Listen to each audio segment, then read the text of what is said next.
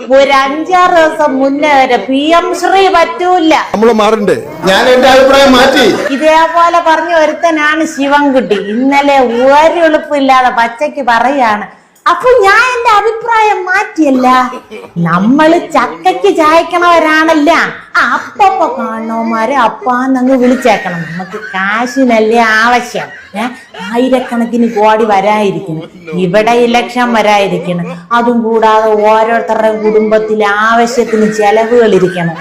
അപ്പൊ ഈ കോടിക്കണക്കിന് വരണ പൈസ വേണ്ടെന്ന് വെക്കുക.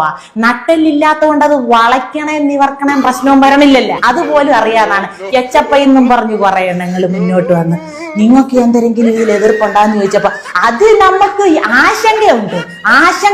അപ്പൊ ഇന്ത്യൻ ക്ലോസറ്റിലോട്ട് പോയങ്ങ് കുത്തിയിരിക്കണം. അപ്പൊ കുറെ ആശങ്ക തീരും. അല്ല എന്തൊരു പറയാ. ഞാൻ പറഞ്ഞല്ലോ, ആ ആശങ്ക നിലനിൽക്കുന്നു. ഞങ്ങൾ ആവർത്തിച്ചു പറഞ്ഞു, ആ ആശങ്കതായി ഞങ്ങൾ നിലനിൽക്കുന്നു. ആ ആശങ്ക അത് തീർച്ചയായും സർക്കാർ നട്ടല് നിവർത്തി നിന്ന് നേരെ ചൊവ്വ പറയാ ഒന്നും കയ്യിലില്ല.